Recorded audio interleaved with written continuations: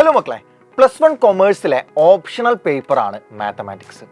ഈ academic year നിങ്ങളാ +1 കൊമേഴ്സിൽ mathematics പഠിപ്പിക്കാൻ ഞങ്ങൾ രണ്ടുപേരാണ് ഉണ്ടാവുക. എൻ്റെ പേര് രോഹിത് എസ്. എൻ്റെ പേര് അമൃത എന്നാണ്. ഓക്കെ, അപ്പോൾ ഈ +1 മാത്തമാറ്റിക്സ് എന്ന് പറയുമ്പോൾ നമ്മൾ പൊതുവേ എല്ലാവരും പറയാറുണ്ട് ഓപ്ഷണൽ പേപ്പർ ആണല്ലോ കൊമേഴ്സിൽ. അപ്പം അതിന് മാത്രം ഒന്നും പഠിക്കാനില്ല, കുട്ടികൾ അങ്ങനെ ഇമ്പോർട്ടൻസ് കൊടുക്കുന്നത് പൊതുവെ കാണാറില്ല. കുട്ടികൾ മാത്രമല്ല, പാരൻസ് ആണെങ്കിലും അവർക്ക് ഇതിനെപ്പറ്റി വലിയൊരു ഐഡിയ ഉണ്ടാവില്ല. അങ്ങനെ വലിയൊരു ഇമ്പോർട്ടൻസ് ഈ ഒരു വിഷയത്തിന് കൊടുക്കാത്തൊരു ഇഷ്യൂസ് പൊതുവെ കുട്ടികൾക്ക് വരാറുണ്ട്. നമ്മൾ ഓപ്ഷണൽ പേപ്പർ ആണ് എന്ന് പറയുമ്പോഴും സിലബസ് നമ്മൾ കൃത്യമായിട്ട് ശ്രദ്ധിക്കണം. സയൻസിന്റെ സെയിം സിലബസ് ആണ് മാത്സിൽ, എല്ലാം തന്നെ സെയിം ആണ്, എക്സാക്ട്ലി സെയിം ആണ്. നമ്മൾ ഓപ്ഷണൽ പേപ്പർ ആയിട്ടുള്ള മാത്തമാറ്റിക്സിൽ സെയിം സിലബസ് തന്നെ, സെയിം കാര്യങ്ങളാണ് നമുക്ക് പഠിക്കാനുള്ളത്.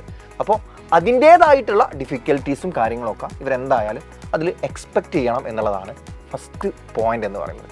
പക്ഷേ അത്ര കണ്ടങ്ങട് ടഫ് ആണോ എന്ന് ചോദിച്ചാൽ 10th മാത്സ് കഴിഞ്ഞ് വരുന്ന കുട്ടിയെ സംബന്ധിച്ചിടത്തോളം ഈസി ആയിട്ട് മുന്നോട്ട് കൊണ്ടുപോകാൻ പറ്റുന്ന ചാപ്റ്റേഴ്സ് ആണ്. അതായത് 10th കഴിഞ്ഞ് വരുന്നൊരു കുട്ടിക്ക് ഈസി ആയിട്ട് ഫോളോ ചെയ്യാൻ പറ്റുന്ന ഒരു സിലബസും ചാപ്റ്റേഴ്സും തന്നെയാണ് +1 നമുക്കുള്ളത്. അതെ, +2 വരുമ്പോൾ കാര്യം മാറി. +1 എന്ന് പറയുന്നത് +2 ഫൗണ്ടേഷൻ ആണ്. പക്ഷേ +2 വരുമ്പോൾ ഇതിന്റെ കംപ്ലീറ്റ് ലെവലൊന്ന് മാറാനുണ്ട്. ഇന്റഗ്രൽസ് എന്നൊക്കെ തുടങ്ങി വലിയ വലിയ ചാപ്റ്റേഴ്സ് നമുക്ക് പഠിക്കാനുള്ളതാണ് +2. അപ്പോൾ ബേസ് ഉറപ്പിക്കുക എന്ന് പറയുന്നത് +1 തന്നെ നിങ്ങൾ ചെയ്യേണ്ട ഒരു കാര്യമാണ്. +1 ചാപ്റ്റേഴ്സ് എല്ലാം തന്നെ കൃത്യമായി ബേസ് ഉറപ്പിച്ച് അധികം ഡിഫിക്കൽട്ടി ലെവലൊന്നും, അതായത് കോംപ്ലിക്കേറ്റഡ് ആക്കാതെ കൃത്യമായിട്ട് പഠിക്കുക എന്നുള്ളതാണ് +1 നിങ്ങൾ ചെയ്യേണ്ട ഒരു കാര്യം എന്ന് പറയുന്നത്.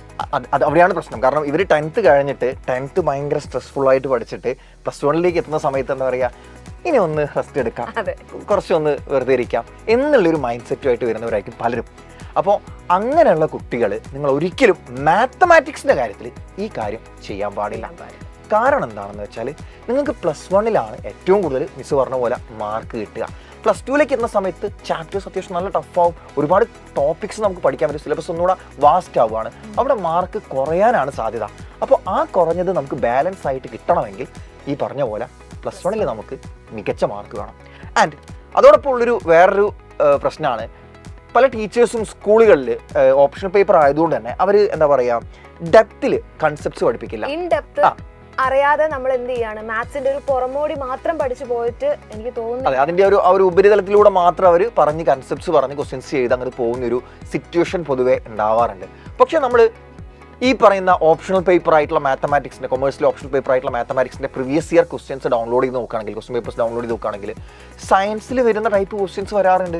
സയൻസിലേക്കാളും ടഫ് ആയിട്ടുള്ള 1-2 ക്വസ്റ്റ്യൻസ് വന്ന പേപ്പേഴ്സ് ഉണ്ട് 2023 അപ്പോൾ അങ്ങനെ ക്വസ്റ്റ്യൻസ് മാറി മാറി വരാറുണ്ട്.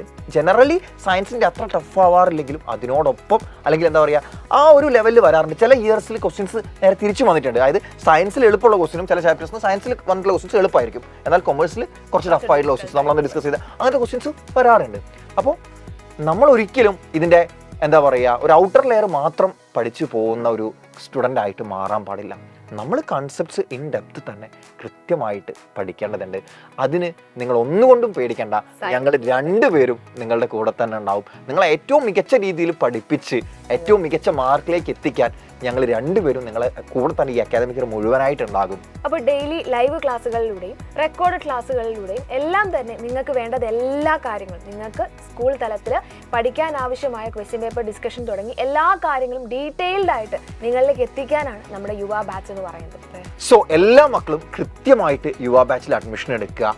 മാത്സ് നമുക്ക് ഈസി ആയിട്ട് ഈ അക്കാദമിക് ഇയറിൽ ക്രാക്ക് ചെയ്യാം. അപ്പോൾ എല്ലാവർക്കും ഓൾ ദി ബെസ്റ്റ്.